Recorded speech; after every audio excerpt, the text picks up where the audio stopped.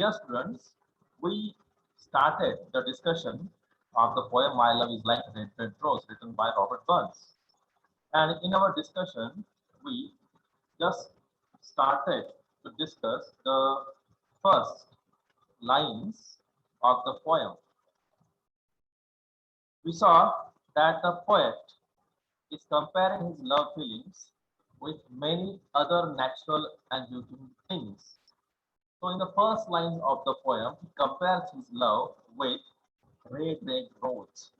And this red rose is not ordinary one, right? As we know that the lovers exchange red rose as a token of love, as a symbol of love. The poet is comparing his love with such a red rose.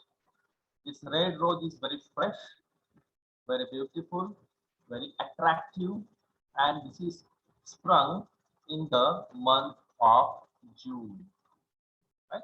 So the poet is saying to his girlfriend that accept my love proposal, accept my love feelings. My love is very pure. My love is very beautiful, fresh, attractive, just like a red rose. So the poet is indirectly convincing, trying to convince his girlfriend to accept his love proposal. Later on, the poet compares his love with another thing, and that another thing is melody, that is music. The poet is saying that, oh, my love is like melody that is sweetly played in tune. As you know that the rose flower gives pleasure to our eyes, give pleasure to our nose. In the same way, music, rhythmic music, the melody of music, the sweetness of music gives pleasure to our mind and ears. In the same way, the poet is saying that his love is very enjoyable, just like a music. It has a rhythm, right? And she would enjoy his love feelings just like a music. कवी म्हणतोय ते प्रेयसी माझं प्रेम कसं आहे तर त्या संगीताप्रमाणे आहे. त्याप्रमाणे संगीत अतिशय सुमधुर असतं, ऐकायला अतिशय आनंद देतं, कानाला अतिशय आनंद देतं, राईट? हृदयापर्यंत ते म्युझिक पोहोचतं. त्याचप्रमाणे माझं प्रेम सुद्धा कसं आहे, या म्युझिक सारखं शुद्ध आहे, पवित्र आहे, एन्जॉयबल आहे. त्याच्यामध्ये रिदम आहे, ताल आहे, सूर आहे, राईट? आणि तू माझं प्रेम स्वीकार कर. Right? So comparison is there over here. Later on, the poet expresses himself in the next lines like, as fair are you, my lovely lass, so deep in love am I. So the poet uses the weapon of praise. You know, praise. What is the meaning of praise?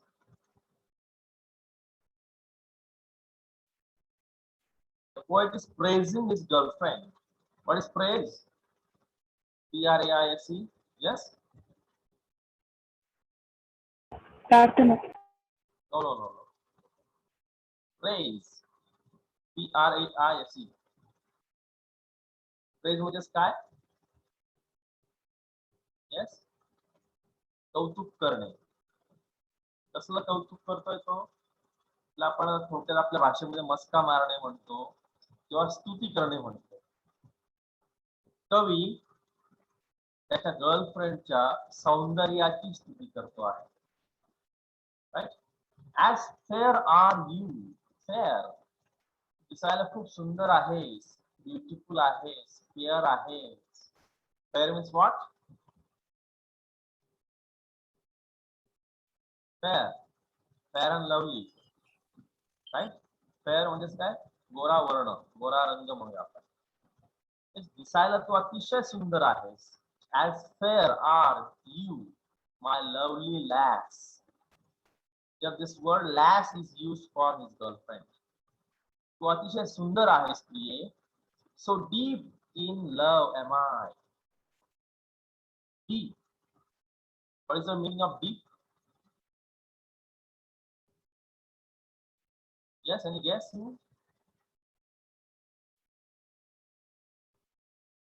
Deep, D-E-E-P. खोल. खोल. खोल. खोलवर. आणि DIP म्हणजे काय?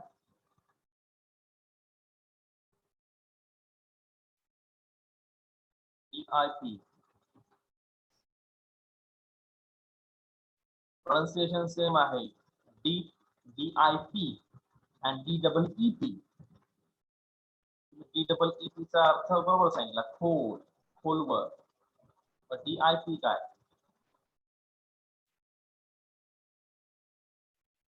बुडवणे. बुडवणे. Right. Exactly. Very nice. बुडवणे.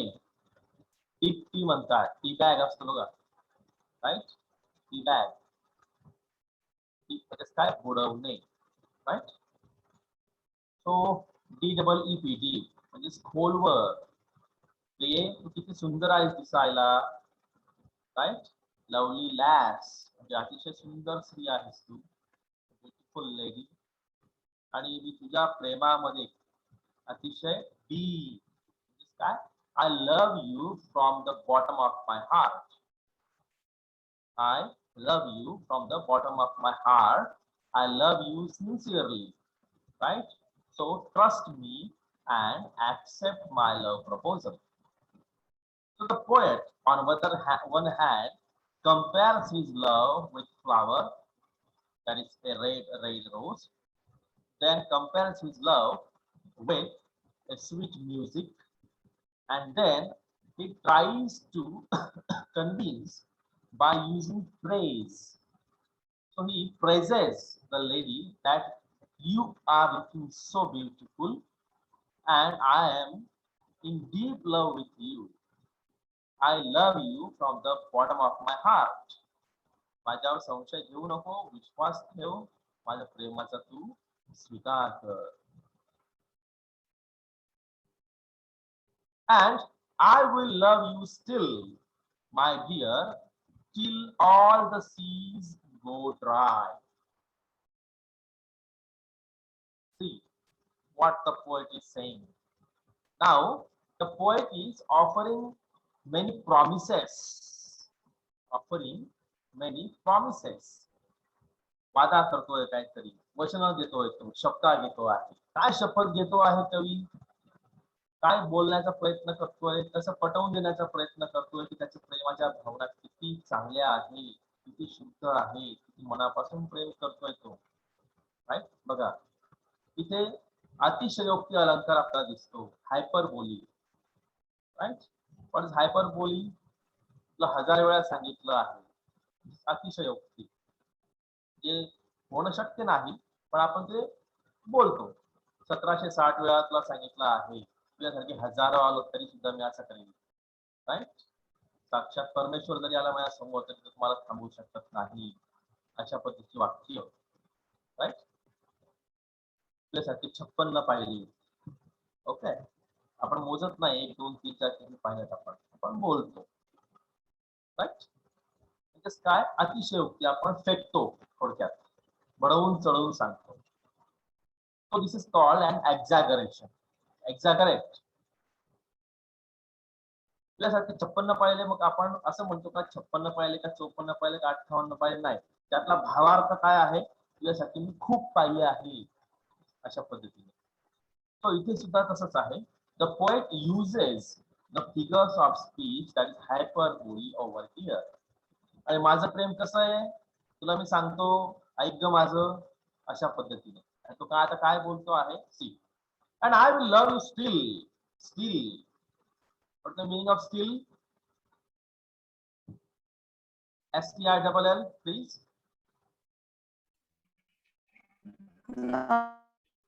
अजूनही.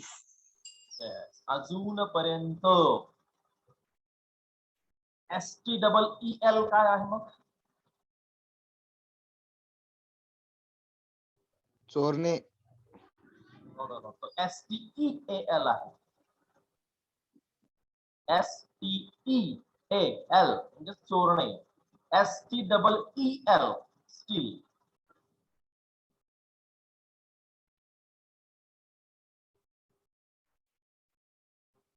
लोखंडापासून काय बनवतात? स्टील. हे स्टील आहे. STEEL steel. STEEL स्टील म्हणजे स्टील धातू. STEAL स्टील म्हणजे चोरणे. आय रिपीट, चोरणे. STEAL स्टील म्हणजे चोरणे. आणि STILL म्हणजे अजूनही, अजूनपर्यंत. राईट. प्रोनाउन्सिएशन सेम आहे, spelling is different and meaning is also different. Right. स्पर्धा परीक्षेमध्ये अशी प्रश्न भरपूर विचारले जातात. कन्फ्युजिंग वर्ड्स आहेत. So the poet is convincing his girlfriend that I will love you still. केव्हापर्यंत मी तुझ्यावर प्रेम करत राहील बरं? असं म्हणतात ना की जब तक सूरज चांद रहेगा. राईट. जोपर्यंत आकाशात तारे राहतील तोपर्यंत मी तुझ्यावर प्रेम करेल. अशा पद्धतीच्या वाक्य, भावार्थ कवी इथे व्यक्त करतोय. काय म्हणतोय तो? मी तुझ्यावर केव्हापर्यंत प्रेम करेल? सांग बरं. My dear, till all the seas go dry. Seas go dry. काय अर्थ लागतोय? समुद्र आटेपर्यंत. आटेपर्यंत म्हणजेच काय? कोरडे पूर्ण होते. पाणी संपून जाईल. शक्य आहे का असं? नाही. नाही शक्य. पण बोलतो आपण. काय म्हणतो? बोलतो. राईट. समुद्र कोरडं होणं शक्य नाही. आपण या वाक्यावर डाऊट नाही घेत. याच्यातला भाव काय आहे? खरोखर माझं प्रेम आहे तुझ्यावर, विश्वास तर ठेव. अशा पद्धतीने. So I will love you till all the seas go dry. जगातले सर्व समुद्र कोरडे होईपर्यंत, त्यात एकही थेंब शिल्लक राहणार नाही तोपर्यंत still I will love you. मी तुझ्यावर प्रेम करत राहील. We know that seas would never go dry, right? But with the help of figures of speech, that is hyperbole, the poet tries to tell the intensity of his emotions. Intensity. What is intensity?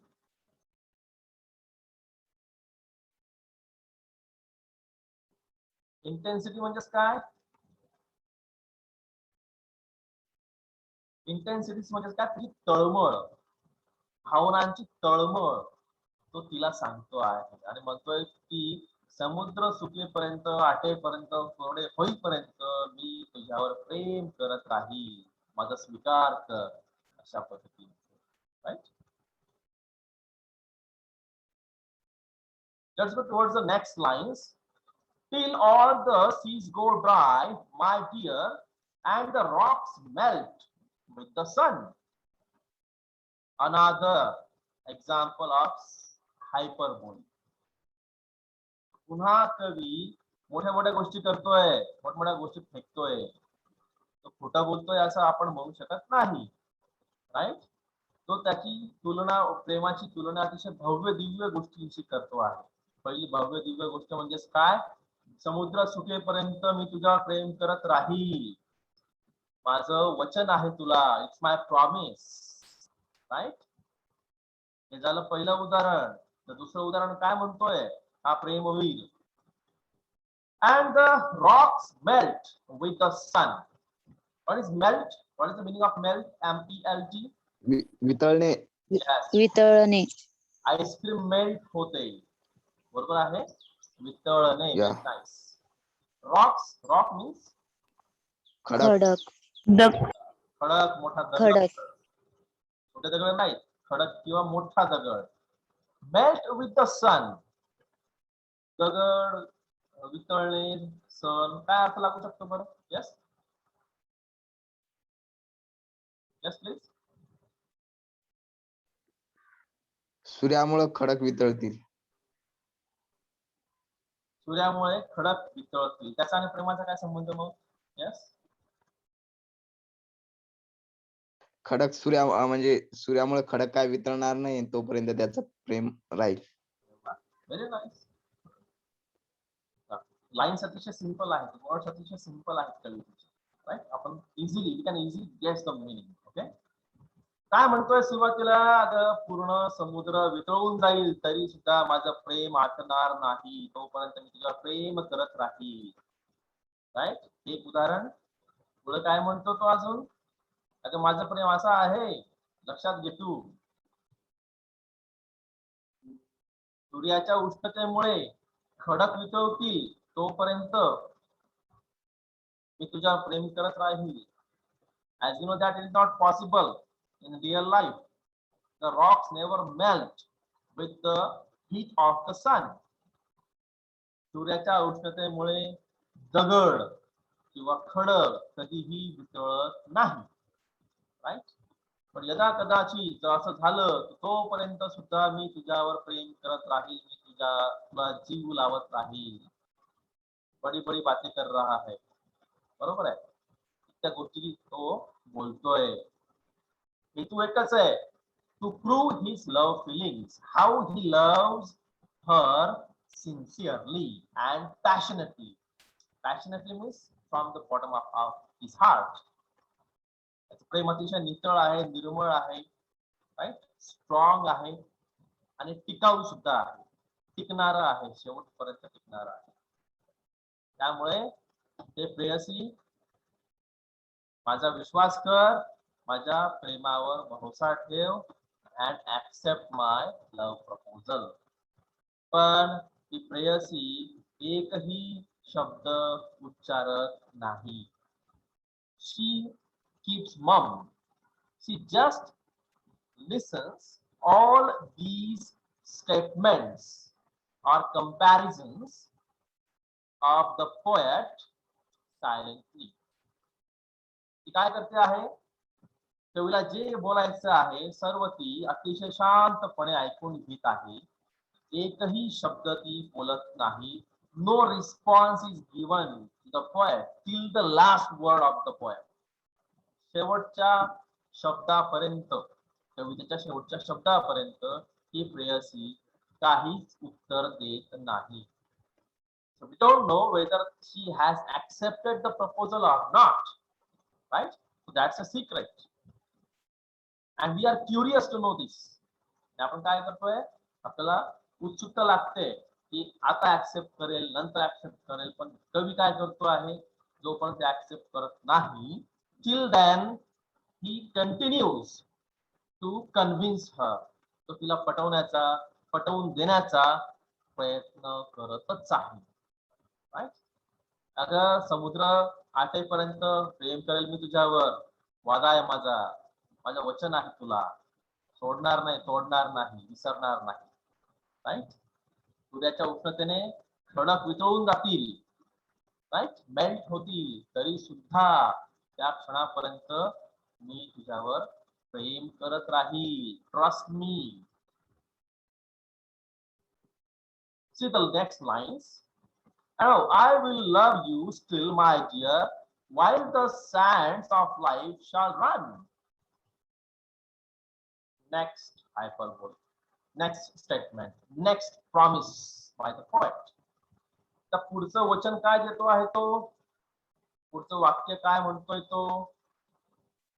Oh, I will love you still, my dear, while the sands of life shall run. What's the meaning of sand? वाळू. रेती, वाळू. Sands of life. काय अर्थ लागतो बरं?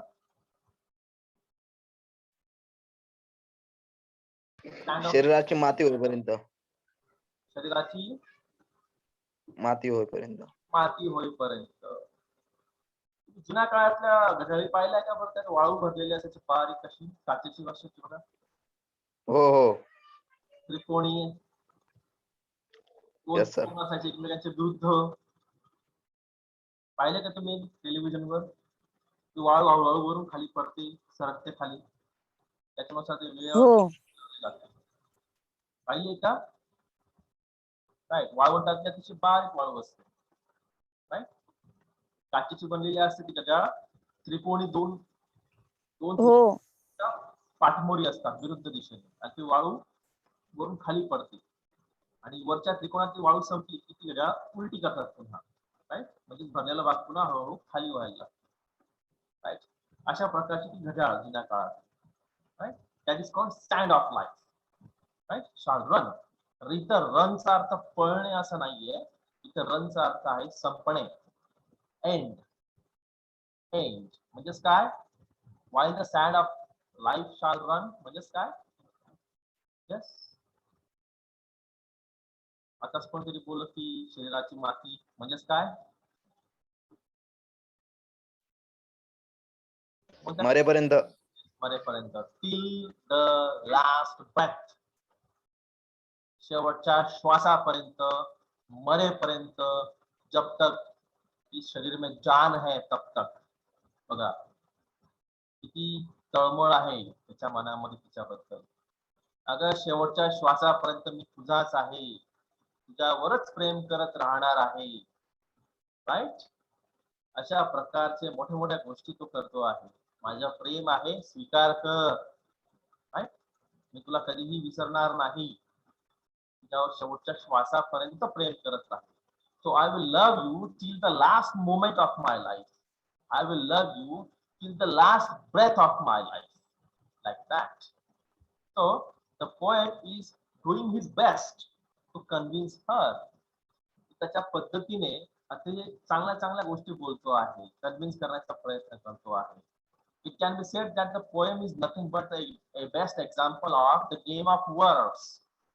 शब्दांचा खेळ कवी तिच्या सोबत खेळतो आहे.